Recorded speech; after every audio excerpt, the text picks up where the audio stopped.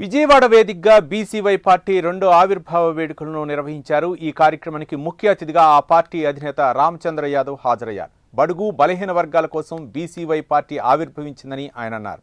ఒక మంచి ఆశయంతో భారత చైతన్య యువజన పార్టీని స్థాపించామన్నారు. వైసీపీ హయాంలో గంజాయిని విస్తృతంగా రవాణా చేశారన్నారు. ప్రజలను హింసించే పార్టీలకు బుద్ధి చెప్పాల్సిన అవసరం ఉందన్నారు. 2023 నుంచి ప్రజల సమస్యల కోసం పోరాటం చేస్తున్నామని గుర్తు చేశారు. వైసీపీ ప్రభుత్వం తమపై కేసులు పెట్టి ఇబ్బందులకు గురిచేసిందని, అయినా ప్రజలకు అండగా ఉంటూ సమస్యల పరిష్కారం కోసం పోరాటం చేస్తున్నామన్నారు.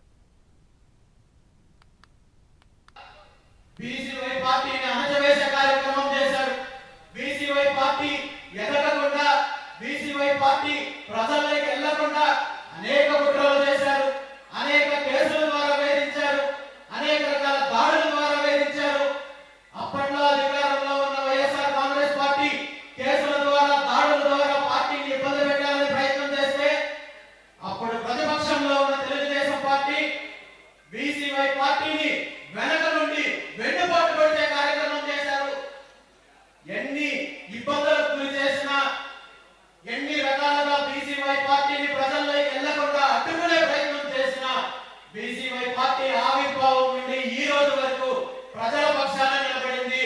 అదే విధంగా రాష్ట్రంలో ఎక్కడ సమస్యలున్నా, రైతుల సమస్యలున్నా, యువతకు సంబంధించిన సమస్యలున్నా, మహిళల తరపున పోరాటం చేయాల్సి వచ్చిన బీసీవై పార్టీ ముందుండి పోరాటం చేసింది తప్ప ఎక్కడ వెనకడుగు వేయలేదనే విషయాన్ని ఈ సందర్భంగా గుర్తు చేస్తున్నారు. తెలంగాణ బీజేపీ అధ్యక్షుడు రామచంద్రరావు ఢిల్లీ పర్యటన